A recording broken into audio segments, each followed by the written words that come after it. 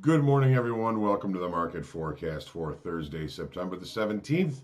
I'm John Hoagland. Thanks for trusting me with your time. Welcome, friends, family, fellow futures and Forex traders. We are on the back nine of the trading week, and I'm kind of excited about that. These rollover weeks tend to be a little bit tougher. We've had our currencies expire. We've got expiration for our equity indices tomorrow, and it's rollover for crude oil. I'm going to be sticking with the October contract today. It looks to me so far like the dome is a little bit thicker, but you can move to November if you choose to. I think there is a 25-cent difference between the two, approximately. As always, we're going to look at these markets in context through the lens of risk management. As for economic numbers this morning, we've got a little bit of a disappointment in the housing starts numbers. Both the starts and permits were lower than expected. Jobless claims, a little bit of mixed information there. The initial jobless claims, they were looking for about 850,000. There's about 10,000 more than that at 860. But continuing jobless claims has dropped a little bit. Now, nobody knows for sure whether that's people getting jobs or people just giving up. The Philly Fed number came out as expected this morning, and at 9:30, we have the natural gas numbers coming out. We've got Lacey saying good morning to everybody. She's still healing up from being spayed, and sometimes she gets a little bit grumpy. She's a little bit grumpy right now. She does say hello to everybody. Maybe she'll stop by and say hello to us later. Lacey, be nice now. Take it easy. I'll be with you in just a couple of minutes, girl. Hang on. All right, as far as other news is concerned, U.S. stocks are extending post-FOMC losses as investors spot inactivity and failure to provide more stimulus. This, along with no congressional success in providing much delayed fiscal support package, has our indices testing 2-week lows. We've been in that rollover range for almost 2 weeks now. It looks like we're testing the bottom of it. It should be an interesting trading day. We're going to see that shortly here. Crude oil is flirting with $40 for the first time in a little while here. On a day when OPEC Plus is going to be meeting to discuss their plan to increase output in the face of weaker demand expectations. Should be an interesting one. The VIX this morning up 9%, 28.41 last time I checked. The dollar index just about flat after a pretty decent pop to the upside last night. Right back down to basically settlement. Last I checked, 93.73. Lacey really wants to get into the forecast this morning, so we're gonna get through this. I'm sorry if she's gonna be whining a little bit. She believes that she is the center of the universe. So don't forget to like, share, comment, question. Feedback is always appreciated, and do deserve a good heckling from time to time. Make sure you subscribe to our YouTube channel. You can get notifications when we do go live. Good morning, everyone. Good morning, Felix. Good morning, Danielle. Guten Tag. Hey, Danielle. Lacey, everybody is saying good morning to you. Everybody's saying good morning. Good morning, Nick Moog, Subconscious, Dimitri, Caesar, Chris, Christopher, Sarah, Dream Team Institutional. Good to see you, everybody here. Doyle, Tanya, Rob, Vast West. Yeah, Lacey is singing. She does tend to do that. She's calling all the bears. Yup. Good morning, Fanis, Luis, Esteban, Guido, and Jason. Hey, let's get a look here at the charts here. Let's take a quick look. And you guys were looking for Lacey. There she is. There's my girl. She's a little upset with her headdress. You know, they have the cone thing, you know, for when they've been spayed. She has like a donut so that she can't reach the wound and mess it up. So she's arguing with that right now. So let's get through the charts here. I'll take care of Lacey as soon as we're done. And here we go. As always, we like to start with the daily in crude. All right. So here's, as I was mentioning, the daily and crude. It is in rollover. It is going to blur some of the vision that we use to make some decisions in these markets. I'm going to be looking at the October today. Tomorrow morning, we'll be looking at the November, which is X. Pretty good volume on the breakout here. Now, this is an expiring contract that increased volume yesterday on a move to the upside. That's encouraging to the upside. We lost 14,000 in the front month here. We added, actually, we lost 14,000 overall due to rollover, but we added 18,000 in the November contract. So it looks as though we're increasing open interest on higher volume on a move to the upside during rollover. That's a little bit unusual. Again, open interest volume always a little bit tricky during rollover. And don't forget, OPEC meets today. So there's a pretty good risk of headline news regarding future production from OPEC today. So keep your eyes and ears open if you're going to be trading the uh, the crude oil this morning. Taking a look at the 30-minute chart, there's no real overnight inventory. Settlement is up here, 40.16. Put that on your charts. We've got a previous weekly kickoff level here at 39.85. Is it going to be impactful? Is it not? It seems to be holding here, resistant here. Now we're back at that level. I'm not using that level for any real opportunities today. We're in range, we're in value, and we're waiting for information. I think I'm going to be basically staying patient. My focus are going to be on the opening range, which I don't think that we have left in either the high or the low of the session, but I'm going to be more focused on our overnight low, overnight high. It lines up very nicely with the high from yesterday's range, also up near the high of value, also up near settlement, and then I'll be looking also down at this level here for an opportunity because it's the low of value from yesterday as well as our overnight low. So it's already proven supportive, at least in the overnight. So I'm going to try and stay patient and avoid the gooey middle here. I'm going to be looking more for the cookie part of the Oreo than the fluffy white stuff today here in crude oil. Now let's take a look at the E-mini S&Ps. All right. FOMC meeting and the press conference afterwards fails to exude confidence to our investors. We're basically back inside and holding inside of our rollover range. I'm kind of looking at that as like about this 33.80 weekly kickoff level here, and then we're looking at the previous weekly kickoff low of 3,300. I think that pretty much envelops much of our activity for the last week and a half of rollover. So the main focus in the longer time frame will be at those levels, but what does that do for us today? Let's see here. Open interest, we had an additional 62,000 in open interest last night. A lot of that can still be rollover related. So, that it didn't really bring any business to the upside. With the FOMC, the market kind of fell. We're continuing that fall today. And again, possibly getting closer to some support levels. On the 30-minute chart, we've got settlement right here at 33.79.50. Almost all of our activity for last night is below that, kind of indicating that shorter time frame traders have been getting shorter and shorter as the night goes on. We're opening with a gap.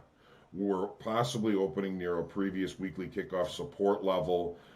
Watch the opening range. The opening range might be a good day to look for an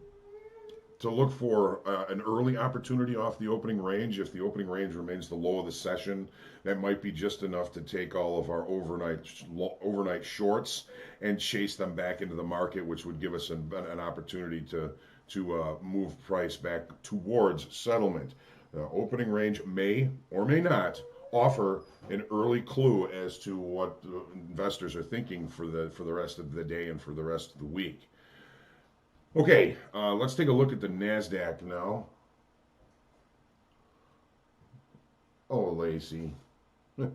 She's got her arm stuck in her thing. All right, I'm going to let's get through these charts here. She's all right. Um, Nasdaq, very much the same story. We're back in our rollover range, and um,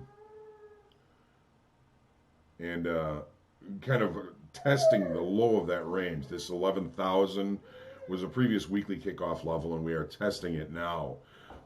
So again, this looks like it might be an interesting opportunity for us because it's a longer term. Well, I would call this a medium term range uh, event here. The FOMC decision, of course, not exuding confidence in traders. The rollover range I'm calling 11,400 to 11,000, and we are testing that level now. We've got our weekly kickoff low down here at 10,833. Also, might be an impactful level for us today. Take a look at the 30-minute chart here. Their settlement all the way up here. Okay, we've been driving pretty steadily to the downside. We've got some overnight shorts in this market, and if those overnight shorts can't bring new information or new business, then we may find that our short time frame traders that aren't planning on holding these positions overnight might give us the opportunity to see a move back towards settlement. Again, watch that opening range. That opening range is the first minute of trade. If the opening range remains at the low of the regular trading hour session, that can be it can be a clue, an early clue, and possibly an early opportunity for you to recognize maybe some buyer control early in the session. If the opening range remains the low or the high of the regular trading hour session, it may be indicating that sellers are in control, at least for the time being. Take a look at gold now. Okay, so gold is still in a short time frame, controlled longer time frame area of balance. I'm going to try and stay patient, look for extremes in the day time frame, and the longer time frame for opportunities.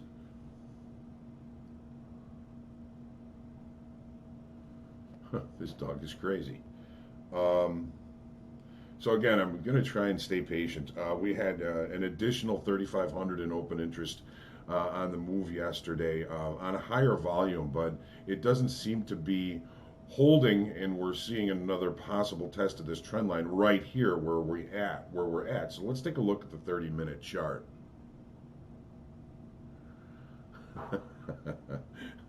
All right, so again, we've got a settlement up here. We've got a market opening with the gap rules.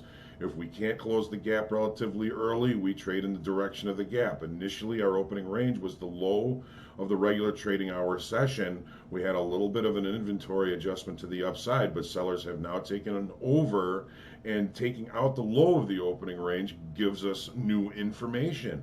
It would appear that we have some regular time frame U.S. traders interested in seeing gold prices move lower. So I don't necessarily want to fight this move unless I find some sort of daytime frame structure to lean on to limit my risk. I've got the euro here. Euro had a pretty decent look to the downside yesterday on a pretty good pop by the dollar, which is right back to where it settled yesterday right now.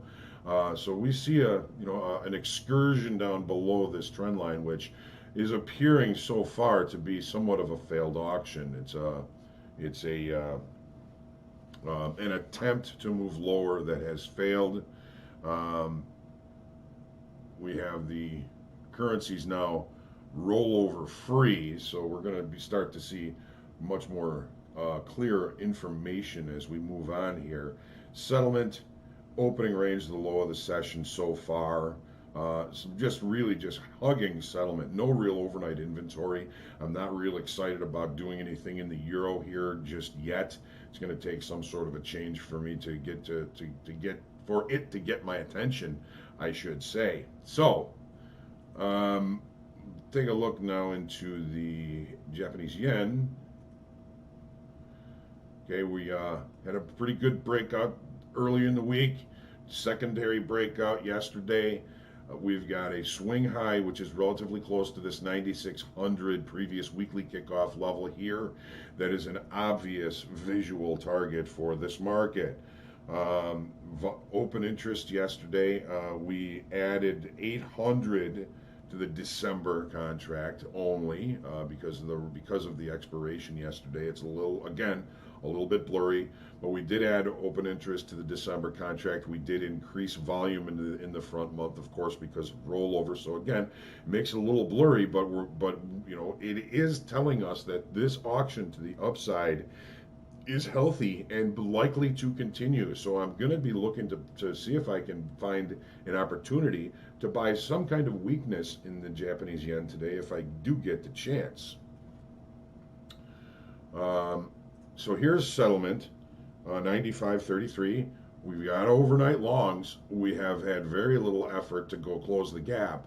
So it's maybe hard pressed for me to find a decent pullback to look for longs here. Again, this consolidation up here may be, if it's long enough, it may be enough to even out that overnight long inventory in the short time frame traders that we have here.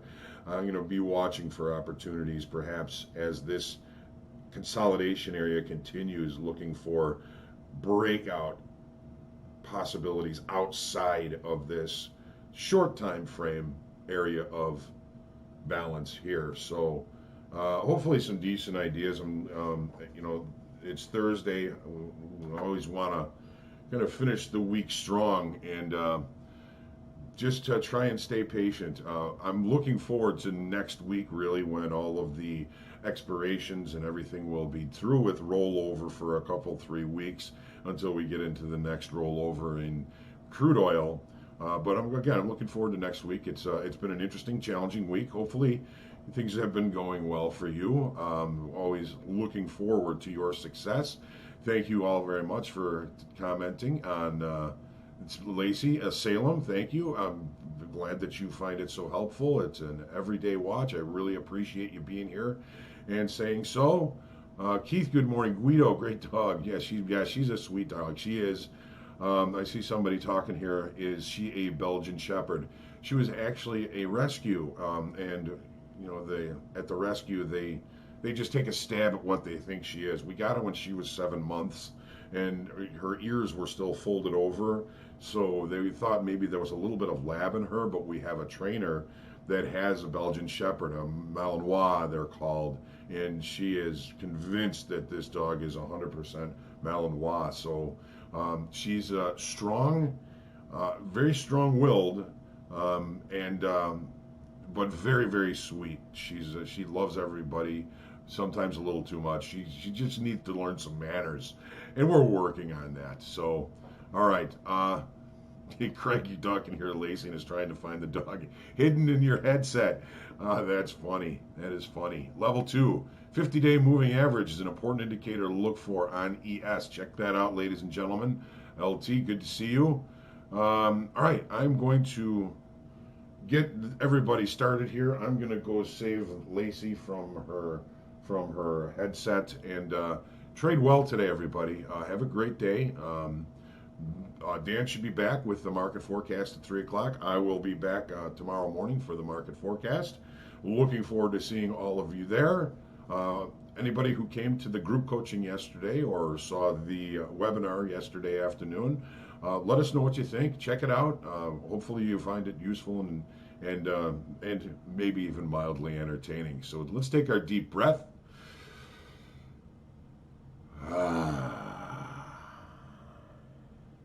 Stay humble, grateful, and creative in your trading today. Mike, I see your question here. Didn't get a chance to ask yesterday. What are your thoughts on scaling in and out for risk management? There's a lot of ways to as they say, skin a cat. Personally, I'm more of an all-in, all-out kind of guy. I've seen a lot of folks I've seen a lot of folks really hurt themselves by leveraging into positions that are moving against them. That's definitely something that I don't recommend.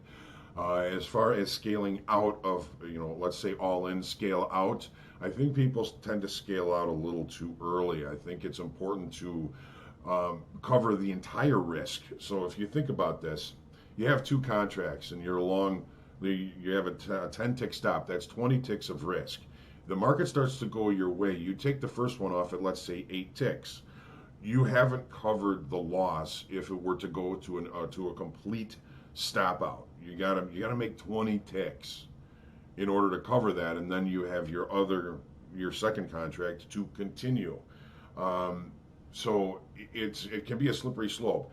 If you're focusing on good reward to risk ratio, I'm always looking for 2 to 1 or better on every trade, and I don't think it's any different if I'm going to be trading multiples and getting out in pieces. I want 2 to 1 on that first trade, and that's going to cover the cost of both of them. Hopefully that makes sense. And Mike, please come back, keep asking questions. There's no real right or wrong way to do anything. It's what works for you. That's just my opinion, and hopefully that's going to help you in your journey moving forward. So, all right, trade well, everyone. Remember, get out there, profit, trade well, and we'll see you. I'll see you tomorrow morning, but I'll probably be watching the market recap today with Dan. So maybe we'll see you there. Get out there. Have a great trading day.